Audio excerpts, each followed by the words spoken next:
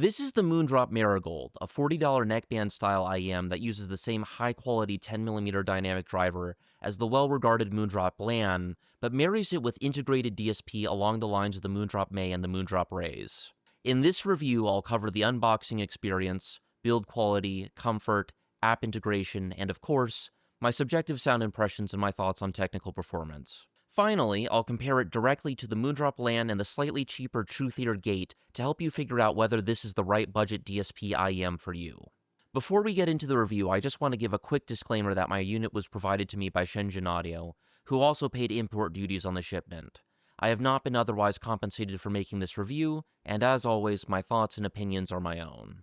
If you value honest, technically literate reviews, please consider liking the video and subscribing to the channel. I'm trying to hit 1,000 subscribers by the end of the year, and something like 99% of my viewers aren't subscribed yet. Before we talk about what comes in the box, I do want to point out that, shockingly, there's no anime waifu on the packaging, just an understated floral design. Inside the box, you'll find 6 pairs of silicone ear tips in small, medium, and large sizes. These actually look and feel pretty premium compared to the generic ear tips that normally come with IEMs at this price point. You also get a Velcro cable tie, a simple storage pouch, a user manual, a DSP guidance card, a set of wear instructions, and finally, a quality control pass jet. The Marigold is a bullet-style IEM with a non-detachable neckband-style cable, and I am not a fan of any of those design choices. The asymmetrical cable design in particular is frustrating and frankly misguided. And the risks of that non-detachable cable became very clear to me almost immediately. I managed to bend the USB-C termination just by leaving the Marigold plugged in overnight while wearing the IEM to bed. It still works for now, but I have no confidence in how long that plug is going to hold on. So if you do decide to pick one of these up, I'd recommend exercising some caution with that connection.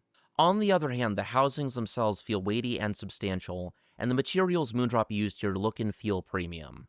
As for fit, I actually prefer to wear the Marigold upside down, with the cable looped over my earlobes. This gives me a deeper and more secure insertion compared to wearing them the way the instructions suggest. The deeper insertion also changes the sound a bit. It increases the perceived bass extension and gives the overall presentation more warmth. I've also found the Marigold to be quite comfortable with this style of wear. However, I did notice that the Marigold has driver flex, which is unfortunate, and the first time that I've run into this problem in quite a while. Noise isolation on the Marigold is exceptional. Some of that may be passive, but Moondrop's advertisements claim that the onboard neural processing unit helps with sound isolation, so that could be playing a role as well. Like Moondrop's other DSP-enabled products, the Marigold is designed to integrate with the Moondrop Link app. Out of the box, you get 3 pre-made DSP profiles, and beyond that, you can use the parametric EQ to dial in your own tuning or download official Moondrop PEQ presets. And for those who like tinkering with EQ on their desktops, Moondrop now offers a web app. It's still in beta, but from my testing, it appears to work just fine. Alright, let's pull up the graph and talk about the sound. I'll also leave a link to these measurements in the video description. For these measurements and my sound impressions, I left the Marigold on the default DSP tuning, which follows Moondrop's traditional VDSF target. There's a mild sub-bass shelf below about 125 Hz, the ear gain rise begins between 1 kHz and 1.5 kHz, and from there you get a moderate, plateau-style ear gain region centered right around 3 kHz. There's a slight dip in the presence region, though not as much of a dip as I would prefer, and treble extension is really nothing to write home about, although that's understandable at this price point. With that deep insertion fit, sub-bass extension on the Marigold is excellent. Bass texture and tactility are also quite good, and bass articulation is snappy and impactful. Male vocals sound intelligible, gritty, and adequately detailed for the price, but they don't have much warmth behind them. Female vocals, on the other hand, are a little bright and occasionally border on sibilant, although they are very detailed. In terms of vocal balance, female vocals sit just slightly forward of male vocals. Mid-range clarity is strong, with very good layering and instrument separation. With that said, the excess presence energy makes distorted electric guitar sound buzzy to my ears, which I don't find particularly pleasant. Analog percussion has just a hint of compression to it, and overall, the mid-range timbre comes across as somewhat dry. Treble is on the brighter side, energetic and detailed, with very good retrieval of fine information. However, there isn't much air or upper treble extension. Treble transients also lean a little tinsely, particularly on cymbal crashes. The soundstage is wide, but it seems vertically compressed, so it doesn't feel like there's much height to the presentation. Let's compare the Marigold to the Moondrop Lan. On paper, the Marigold and the Lan measure fairly similarly, but in practice they sound quite different, especially when wearing the Marigold with deep insertion depth. The Lan comes across as much brighter. It's also thinner sounding overall, with worse bass extension, less rumble, less slam, and less bass texture compared to the Marigold.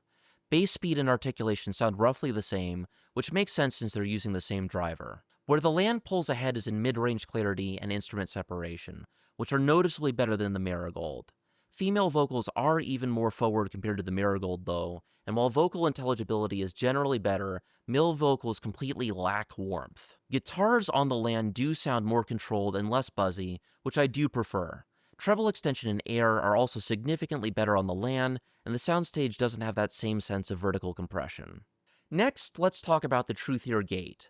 I didn't really like the Truthear gate myself, since I felt that the treble performance was pretty compromised, but I'll leave my written review linked in the description if you want the full details. With that said, the gate has become something of a benchmark in the ultra-budget IEM space, so I figured that people would be interested in a comparison. The gate has worse bass extension than the Marigold, but it does have audibly better bass dynamics, which is kind of interesting. It has worse bass texture and less impact overall, though. Male vocals on the gate are again on the thin and forward side, but also less detailed than what you get with the Marigold.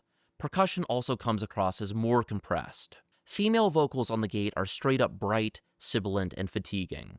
Treble overall is dramatically worse, too bright and harsh even for me, with splashy transient delivery. The one clear advantage the gate does have is treble extension, which is better than the Marigold's, and the soundstage is more expansive in both height and width. Overall, though, the Marigold sounds the most grounded and correct of the three. To wrap this up, I think that the Marigold is a case of 2 steps forward, 1 step back compared to the Lan. It has a warmer overall tonal tilt, much better bass performance, and a more natural sounding mid-range, but it takes a big step back when it comes to treble extension and soundstage. I would have definitely preferred if the Marigold used a traditional IEM housing and offered a detachable cable, especially since the Lan's cable was detachable at the same price. Maybe this is just another case of cost-cutting in a post-tariff environment to keep the Marigold at the same $40 price point as the Lan. Still, the Marigold is one of the most affordable ways to get into the DSP-enabled IEM game. And overall, I do think this is a good IEM, especially to compare to some of its peers in the sub $50 price range. But anything in this category is going to come with some compromises. Thanks for watching until the end of the video. I appreciate it more than you know. Until next time, this is Bedrock Reviews, signing off.